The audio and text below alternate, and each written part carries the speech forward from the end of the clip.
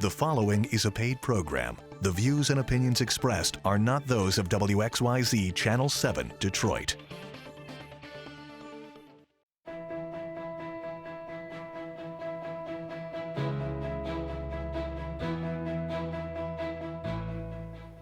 Hello, I'm Erin Nicole, and welcome to Hitting Home, Fighting the Opioid Crisis.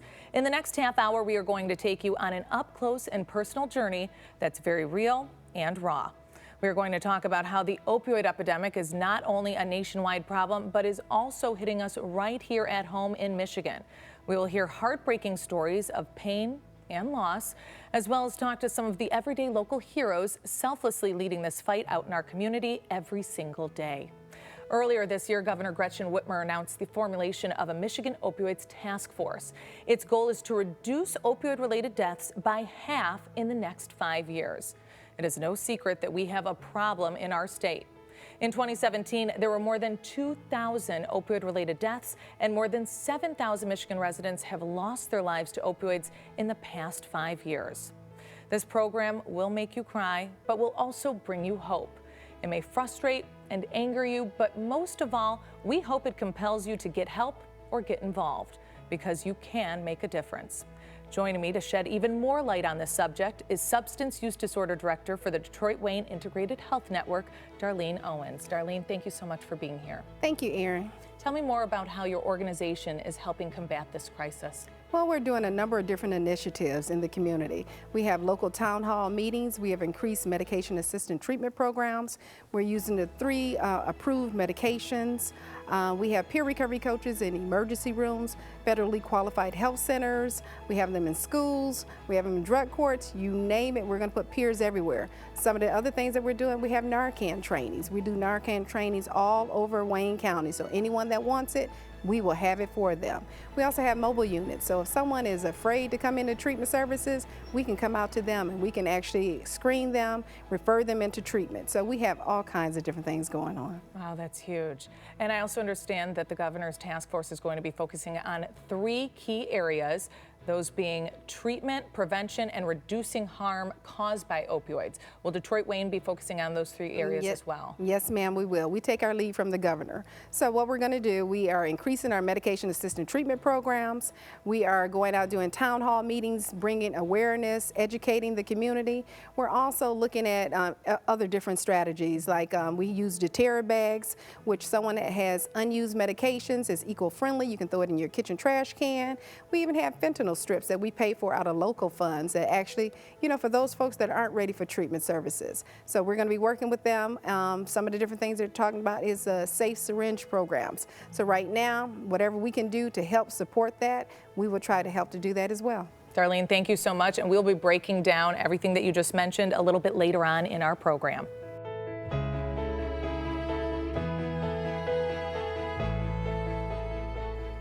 More and more, we are hearing stories of human trafficking and how young girls and boys are being sold for sex, drugs, and other things. The road to that kind of dark place is littered with despair, trauma, and addiction. Darlene, what is Detroit Wayne doing to help with this? Well, at Detroit Wayne Integrated Health Network, we're doing a number of different things. We are here for folks at their darkest hours. That's why we're available 24 hours, 7 days a week, 365 days of the year. We are here to let you know that recovery is real. We are here to provide hope. We know that this epidemic has impacted on every community in the state of Michigan, all walks of life. It has no discrimination. We know that folks have basically received their prescriptions legitimately, you know, for circumstances hurting themselves at work. And then from there, they became addicted, and then they started using heroin because it's cheaper and it's quicker on the streets. You hear about that all the time. But for some, maybe they're not personally touched by addiction, and you wouldn't know that these resources are available. But help is available, and recovery is real. Now we're going to introduce you to April, who is in recovery and building a beautiful life for her and her children. Let's watch April's remarkable story.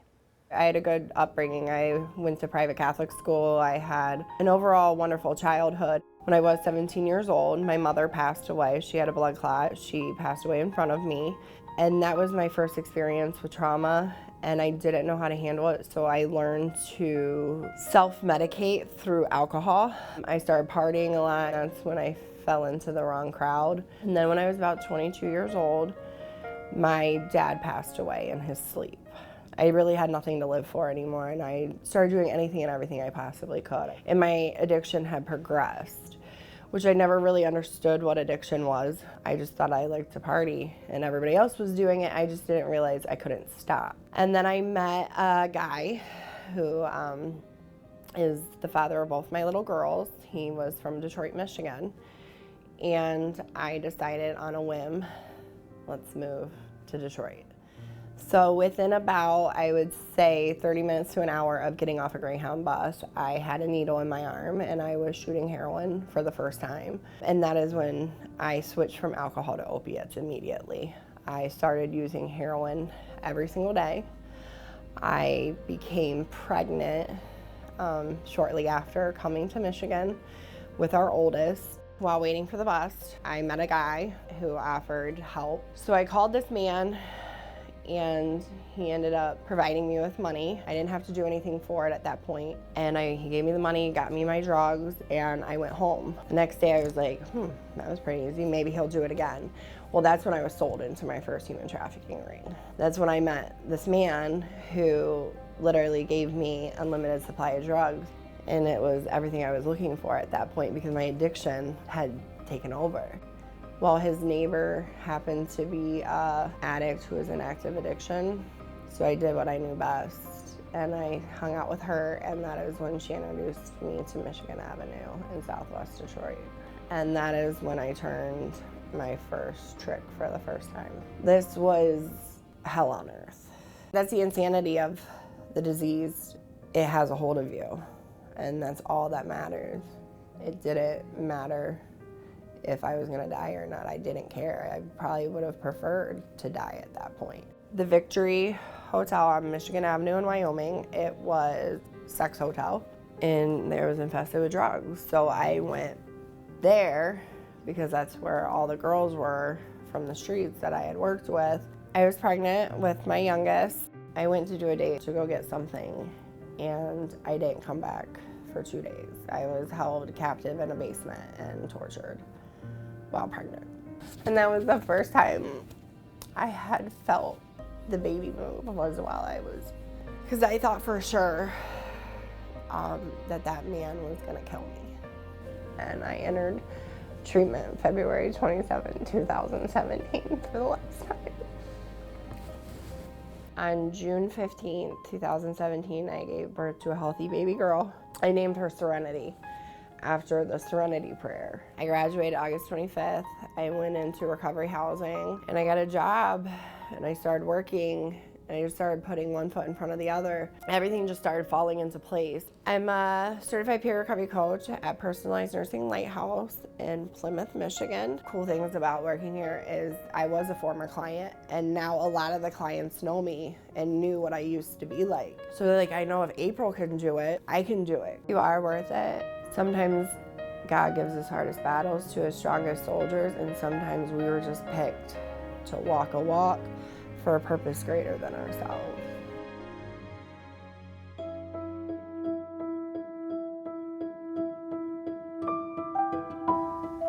There's been a lot of talk about Narcan, which is a nasal spray that can reverse the effects of an opioid overdose.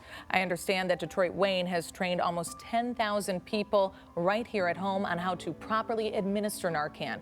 Darlene, tell us more about that and how it's saving lives. Well, at Detroit Wayne Integrated Health Network, we believe in anyone giving us a call. We will provide the trainings. We've done them in coffee shops, Coney Islands, hotels, motels. All you have to do is schedule one by calling 313-344-9099, extension 3670, and we will come out and do the training. We love doing them. Our goal is for every citizen in Wayne County is to have a Narcan kit with them at all times. I think that's huge. The fact that you will go anywhere and meet with somebody who gives you a call and wants this training. Yes, ma'am. Well, joining us now are two of those heroes who are out on our streets every day saving lives. Officer William Hill from the Detroit Police Department's 6th Precinct and Officer Dwihn Hall from the city of Inkster. Welcome, both of you. Thank you so much for being here. Officer Hill, let's start with you. Tell us, how are you administering Narcan? What's this process like when you get those calls? So we start off getting a call for service. We'll go to the location, locate the victim, evaluate the victim, see if there's any signs, talk to any witnesses, see if they've seen anything, know what's going on. go through the process of getting a stunning rub to the victim, checking their pupils, seeing if they have a pulse, and then administer Narcan, sometimes more than one. And I understand that you actually have a personal experience where you were able to save a life using Narcan. Tell us about that. I had a female victim that was unconscious in the bathroom. Her daughter was performing CPR on her. Daughter called. Me and my partner made the location, found the victim laying on the bathroom floor. Daughter still doing CPR. Went through the process, gave her some stunning rubs, checked her pulse, observed that she was having an opioid overdose, gave her some Narcan, gave her 2 shots of Narcan through the nose. What's that like, saving a life, seeing it right there before your own eyes? It's kind of crazy at the moment, when it's all going on, it doesn't, happen so fast. But in the long run, it's, it's a good feeling being able to help someone and be able to save someone's life And at the end of the day. Absolutely, and seeing what Narcan is able to do to help with that process. Now, Officer Hall, is the city of Inkster going about this with the same type of process? Yes, we have the same exact process. Make the location, make sure it's safe, and check the subject to see what's going on, and then we do the Narcan. Have experienced a situation where I had a female was overdosing at a motel. Me and my partner made the location, gave her a stunning rub, then we actually applied 1 can of Narcan through the nostrils, and then from there, keep doing the stunning rub, came back responsive. Usually when they come back responsive, it's sometimes become combative. FD, rescue, make the location. Sometimes we have to apply, they have to apply some more to the subject to keep it going and bring them back, and then we convey to the hospital. Wow, so it does sometimes take more than just 1 nasal spray of Narcan. Yes. And for you, being able to also save someone's life, what was that like? Like you said at first, it's crazy. You're like, okay. And then the joy after you brought somebody back to give another chance at life means a lot. Darlene, once more, what was the number and how can people call to get this training? You can call 313-344-9099, extension 3670, and we'll provide that Narcan training for you. Wonderful. Well, all of you, what you're doing, incredible. Thank you so much. We've got more to come. Most of us probably know of someone who has been touched by addiction in some form or another. It can be any addiction. Food, shopping, gambling, tobacco, vaping, drugs. It can ruin lives and destroy families. However, we want people to know that there is help available. Darlene, tell us about some of your providers and how they're helping. At Detroit Wayne Integrated Health Network, we have approximately 64 substance use disorder providers. They provide prevention, treatment, and recovery services. They are basically our boots on the ground. They're available out there 24 hours in the community. We also have 2 mobile units that we utilize to provide services. That's wonderful. We want to talk a little bit more about that because one of your service providers who is bringing treatment right to the people where they live is Daryl Dewberry. He runs a recovery center and mobile unit in Detroit.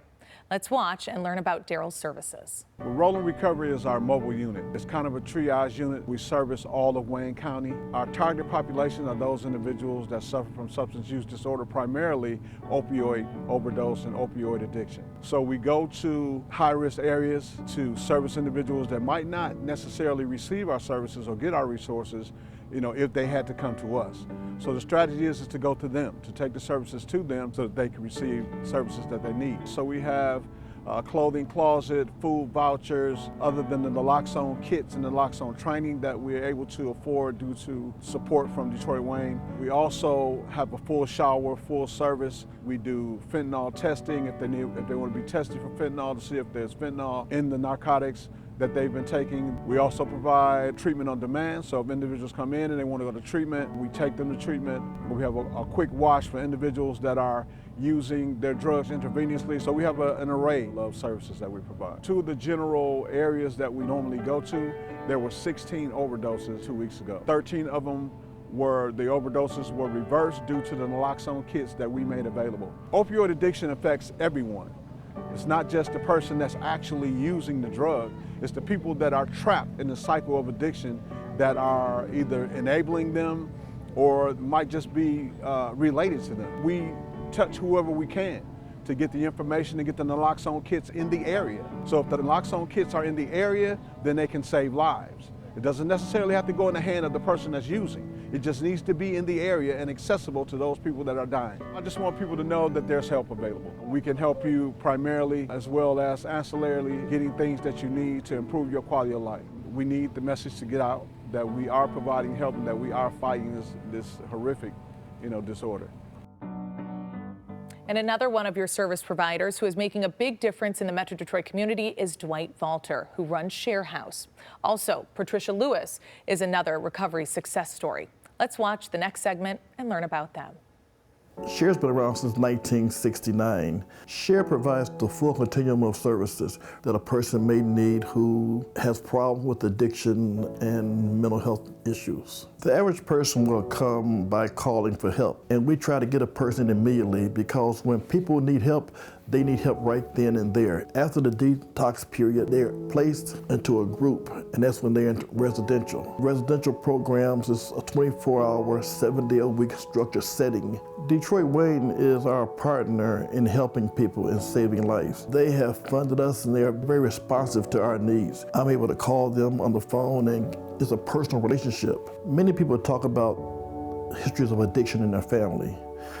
I had 2 parents that was in a house coming up. Neither one were addicted yet. With me and my sister, we both became addicted to heroin. In 1984, I was able to once again embrace recovery through self-help groups.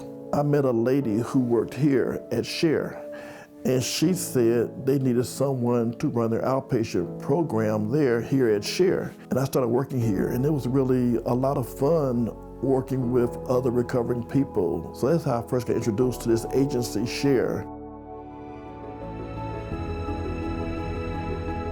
I'm a person in long-term recovery. I have 25 years in recovery. I started experimenting with drugs when I was 17. I was like looking for something and I really didn't know what it was. I thought it was love. It was, the streets just kind of fascinated me, and as I experimented with marijuana, I never drank because I had formulated a thing from when I was a kid and I thought alcohol had killed my parents. But it took me to get into the process of recovery to understand that they had a disease as well and they never found a program. So I started out with marijuana. Then I went to heroin, which was my greatest love. And in the midst of my disease in '87, I was sick, and I knew I was sick. My leg was turning colors, but the obsession and the compulsion from the disease, I couldn't stop. And in 1987, I lost my leg as a result of being an IV user. That didn't stop me. So I continued on for 7 more years, And like I said, I laugh about it now, but it wasn't anything funny back then. All my probation officer would say is that if you keep coming back dirty, I'm going to send you back to jail. And I think about that now, I'm like, he didn't really hear my cry for help, but a gentleman did. With Project Start that they had over there. He said, if I get you in treatment, will you go? And I told him yes. And so he got me into 5-day detox here at Share, and this was like March the 27th, 1994. As a recovery coach, I help the ladies to build their foundation of recovery. I take them to meetings, activities, just getting them comfortable with getting back into the mainstream of society. I know that recovery is possible. I've been hopeless. I know what hopelessness is, but I know that there's hope, and getting honest is not easy. And you'll have to get honest with yourself. This is not the way I want to live. I know it's got to be a better way, and it is a better way. Help is there, It's an 800 number, use it. If you don't know it, let me tell you, 1-800-241-4949. They waiting on you. Just call and get the help. Another big component of fighting the opioid crisis is our youth. Data shows that reaching out to kids and their peers before they become adults really helps in preventing drug addiction. One of the big youth-driven events Detroit Wayne sponsors is the annual Opioid Youth Summit. Darlene, tell us a little bit more about this event. Yes, this is our second Youth Annual Summit. It was held earlier this year. It's an event that our youth puts on, and they tell their personal stories. And we're going to hear those personal stories right now. I'm Lauren Mitchell, I'm 16 and I'm from Detroit, Michigan. So I've always grown up in the community. Both of my parents have done community work, and a part of that community work was substance abuse prevention. My dad's father, I meant to say, was addicted to alcohol. My mom's mom was addicted to alcohol, and my grandfather did multiple drugs. As I got older, I started to realize that I was never around my grandfather as much, and then when I knew he died of a tumor in his head, and it was from snorting cocaine, but I never knew that he was a drug addict until I got older. My parents sheltered me from it. Now that I know the reason why, and that I'm realizing, putting all these pieces together, I don't like that's how it was. Pairing that with growing up in the community and just seeing how you can change somebody's point of view and help them and better them and help them become the best version of themselves, that really aided in my wanting to help people and help my peers. And I know that they'll listen to me because they can understand it better from me instead of from an adult. So we put kids together and we help them convey messages to other kids in hopes of changing their opinion about drug abuse, not telling them how to live their lives, but giving them the information they need to make sound decisions. My name is Keanu Rogers. I'm from Detroit, Michigan. I'm 19 years old. Also, my mother snorted up cocaine or whatever it was. It broke my heart. Why wasn't you there? Why wasn't you sitting there communicating with me when I needed you the most? Why did you have to put me to the side like I'm a leftover, or put me to the curb like I'm some type of trash? Why would you walk out my life? Why not be inside my life, try to be a mentor, instead of trying to be someone that don't love me or care about me? Like my mother, she haven't really been my mother. She was just watching me. My grandmother really took care of me. She sheltered me. She still shelters me to this day, try to keep me up out the streets, try to keep me away from drugs, violence, anything that has to do with people getting hurt. And try to at least tell the world like who I am. I have a story to tell and I want to be heard. I'm a photographer, a local photographer. So I'm here to like at least try to express to the kids like doing drugs is not the way to go. No matter if you're in depression, stress, whatever is going on inside your life, you can do other things. You can inside the studio, you can act, you can dance, whatever. Write about your life. There's a lot of people that's silent with their story. Speak, you have a voice. Speak your mind, speak how you feel. Let the world know who you are. My name is Talisha Wright. I am 24 years old. I am from Detroit, Michigan. Addiction is a complex condition manifested by the compulsive substance use, despite harmful consequences. It takes many forms, but we're going to focus on the two most popular by consensus. You see, substance abuse can occur at any period, but transitions are always the hardest. Change is always a shock, and we can easily become guarded. And we always feel like we have to handle everything alone. That's when the world of weed and pills tend to be where we roam. Rolling the papers and stuffing the woods and popping the pills and buying the goods.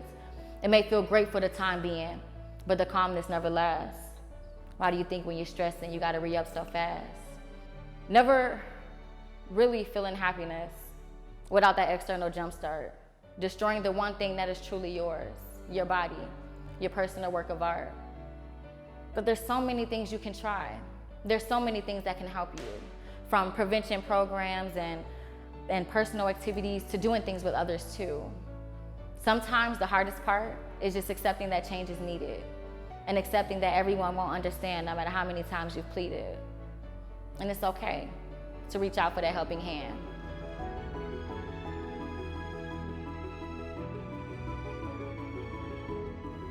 We don't like to face the terrifying reality that addiction can touch anyone, anywhere, or worse yet, that it can happen to us or someone we love.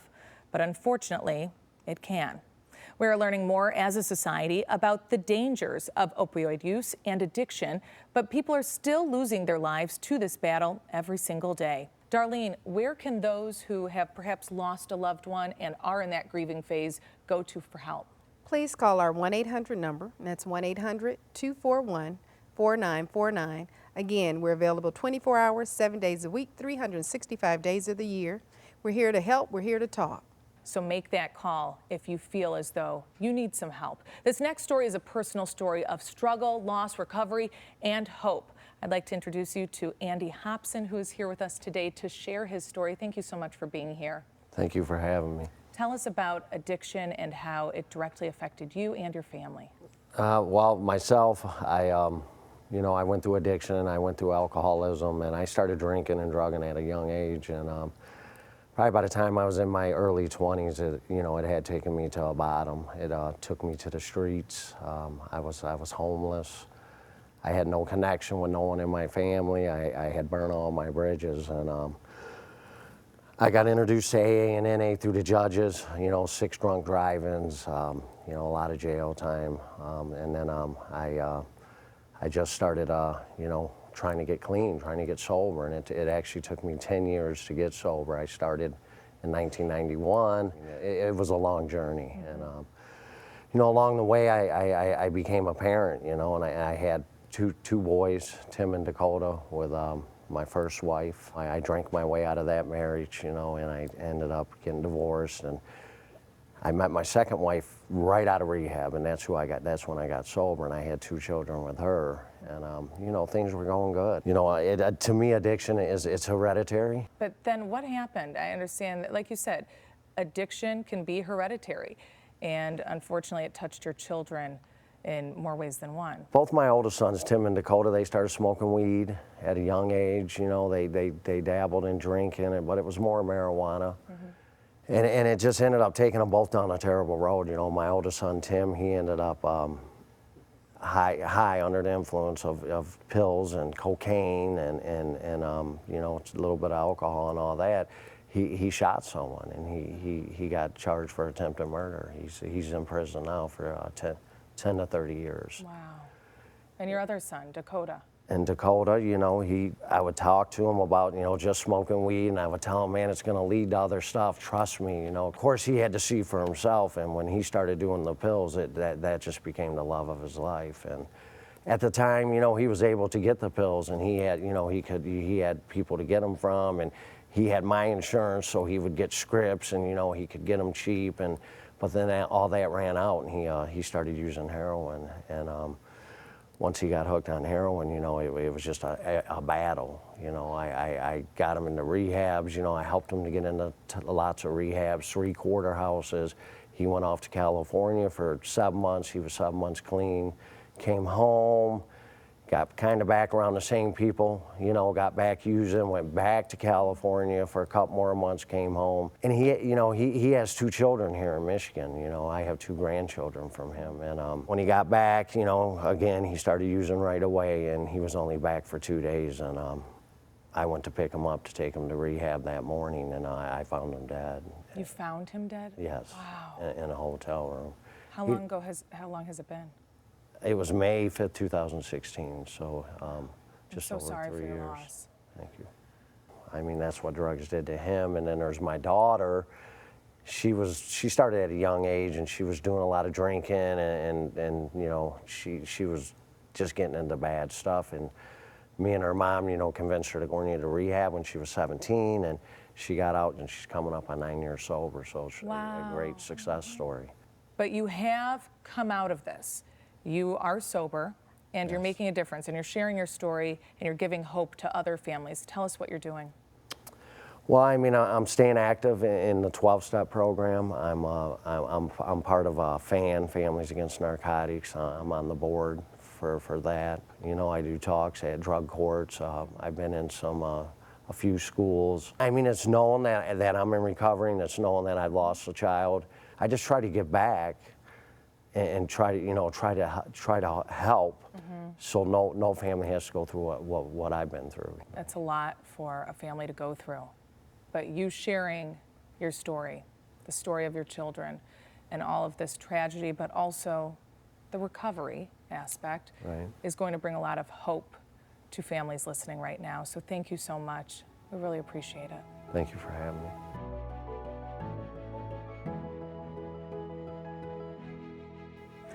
We hope you have found this past half hour informative and helpful. Thank you so much, Darlene, for joining us and presenting this program, Hitting Home, Fighting the Opioid Crisis. Our hope is that the information and stories that we've presented during this program can help those who are watching that may be struggling with their own addiction problems or have loved ones who are struggling.